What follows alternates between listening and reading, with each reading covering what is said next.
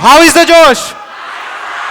तो बच्चों, I hope you all are fit and fine and quite excited for tips and tricks related to science to excel your performance in 10th CBSE board examination. तो बात करते हैं बच्चे science के बारे में. साइंस में अगर हम पेपर पैटर्न की बात करें तो बच्चे सब्जेक्टिव पेपर होगा, 3 घंटे का पेपर होगा और टोटल मार्क्स कितने होंगे? कोई 60 बोल रहा है क्या? कितना होगा? अच्छा, अब साइंस जो है वो एक्चुअली 3 सब्जेक्ट से मिलकर बनता है, physics, chemistry and biology. Physics is actually comprises of 25 marks, chemistry is also comprises of what? 25 marks. And सबसे ज्यादा मार्क्स किसके हैं? कितने मार्क्स?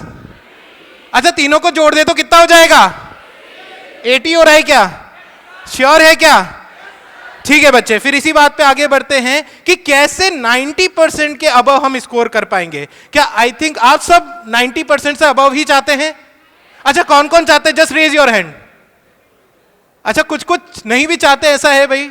सभी चाहते हैं क्या 90% के अबव?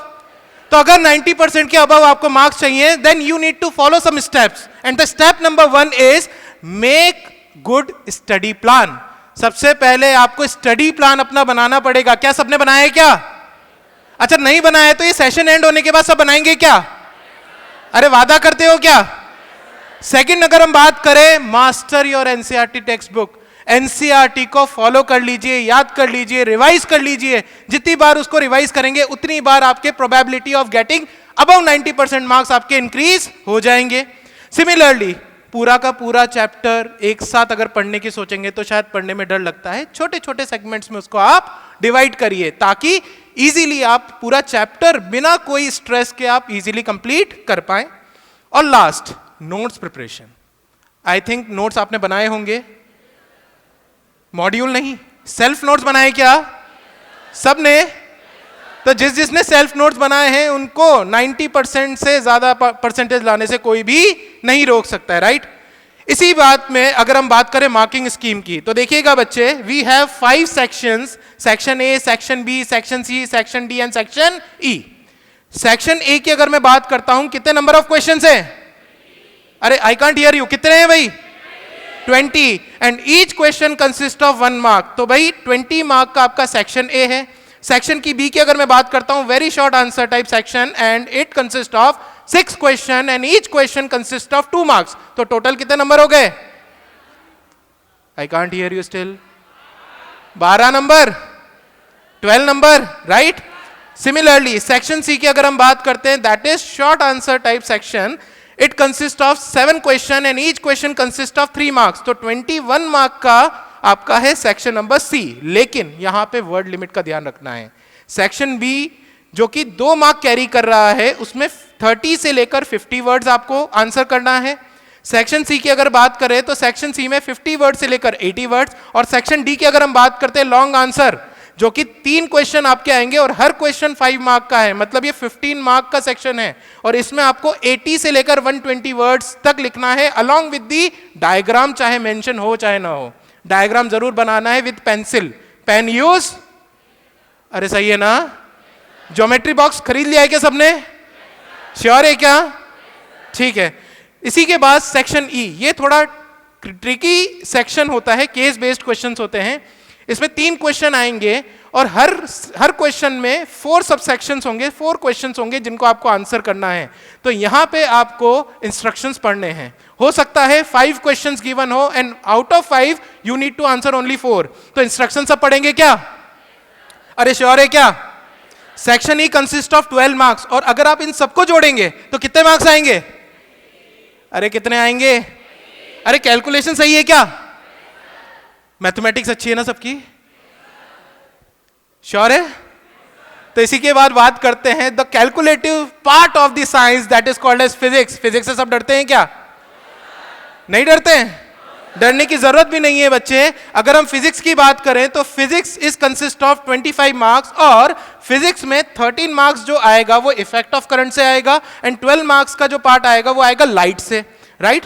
सिमिलरली अगर हम इसमें थोड़ा आगे बढ़ते हैं तो एनसीईआरटी में यूनिट वाइज गिवन है. आपने देखा होगा एनसीईआरटी में यूनिट्स गिवन है.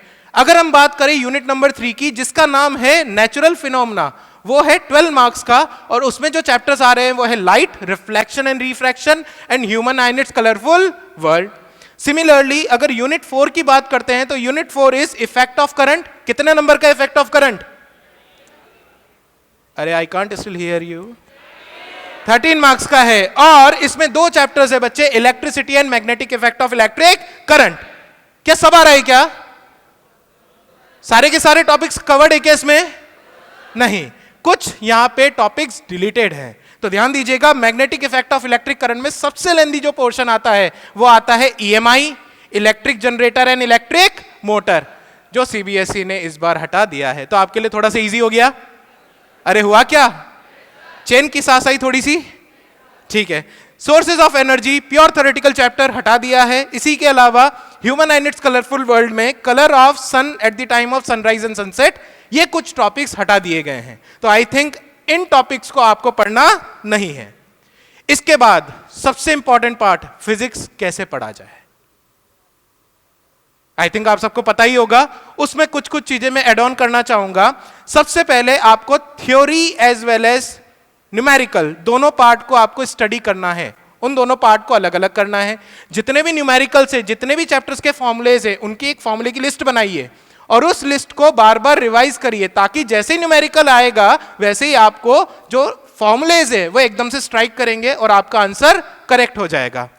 क्विक रिकैप करना है, सबसे बड़ा दर्द है ये, रिवीजन कैसे करें। अरे दर्द है क्या?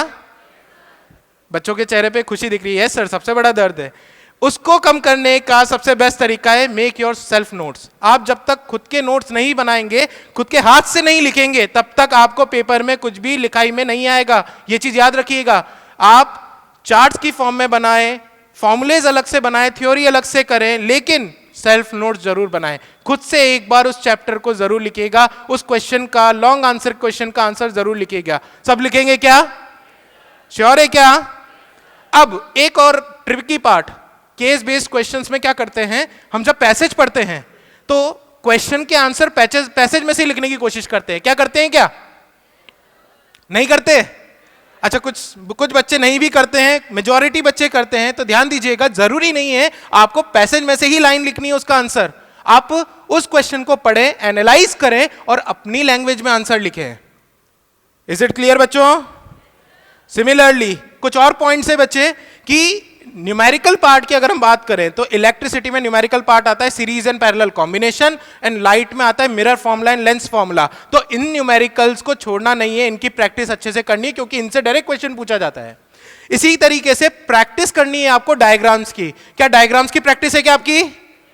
कुछ ऐसे टॉपिक्स होते हैं जिनके डायग्राम्स, सिंपल डायग्राम्स, बहुत कॉम्प्लेक्स नहीं लेकिन सिंपल डायग्राम्स आपको आने चाहिए, like magnetic field around a solenoid, similarly current carrying straight conductor and circular loop, along with the electric circuit diagram और रे डायग्राम बहुत इंपॉर्टेंट है। अरे बनवाए थे क्या क्लास में? टीचर ने प्रॉपर आपको मिरर बनाना, लेंस बनाना, इतना सेंटीमीटर लेंथ होना चाहिए, फोकल लेंथ जो है वो पोल और सेंटर ऑफ कर्वेचर का सेंटर होना चाहिए, ये सब सिखाया था ना? क्या आप सबने पेन से बनाया था क्या? नहीं बनाया था क्या? सब पेन से लाए थे? ये बात तो झूठ है।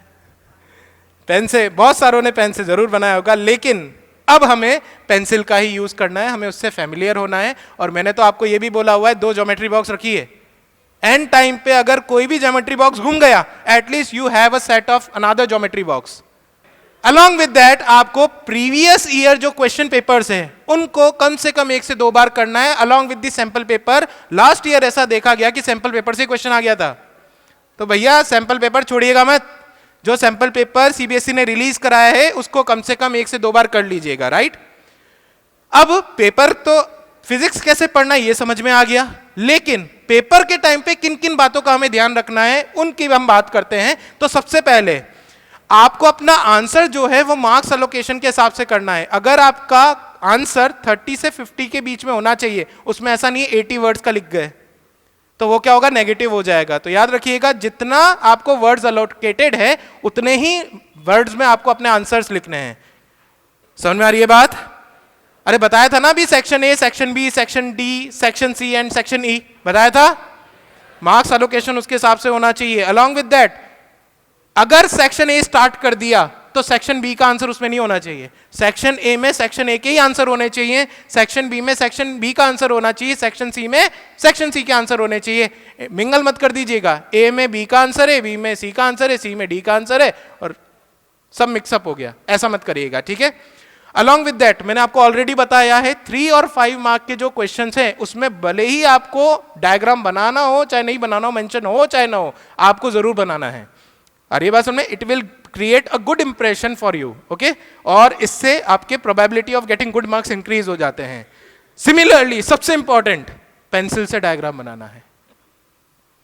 किससे बनाना है ना? अभी तक तो पेन से भी बना देते थे बहुत सारे बच्चे, लेकिन अब प्योर पेंसिल से ही आपको डायग्राम बनाना है। और मेरा इसमें सजेशन ये है, पेन पेंसिल के जगह जो आपकी नॉर्मल पेंसिल होती है आप उसे ही यूज करिएगा, क्योंकि पेन पेंसिल बहुत जल्दी टूटती है, उसकी जो निप है, जो पेंसिल है, वो बहुत जल्दी टूटती है, राइट।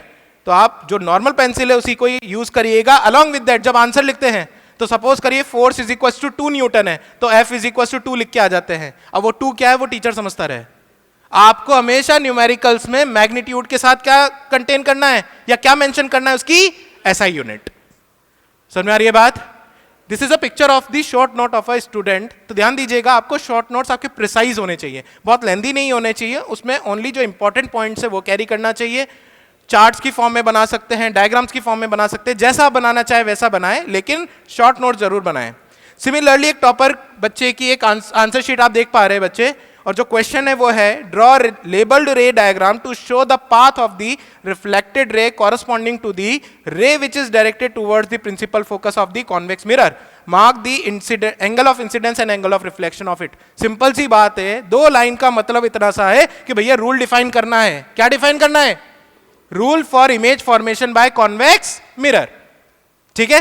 तो अगर आप देखेंगे उस बच्चे ने बिल्कुल प्रॉपर तरीके से लेबल्ड रे डायग्राम बनाया है, बहुत ज्यादा फैंसी नहीं बनाया है, लेकिन जितना बनाया है उसमें प्रॉपर लेबलिंग करा है। बच्चे ने इंसिडेंट रे डिफाइन किया है, बच्चे ने रिफ्लेक्टेड रे डिफाइन किया है, बच्चे ने नॉर्मल डिफाइन किया है, प्रिंसिपल एक्सिस डिफाइन किया है, पोल, फोकस, सेंटर ऑफ कर्वेचर, हर चीज डिफाइन की है। कौन से मिरर की ओपेक सरफेस है, कौन से मिरर की रिफ्लेक्टिंग सरफेस है, ये भी डिफाइन किया है। और साथ में लास्ट में आप देखेंगे तो रूल भी लिखा हुआ है।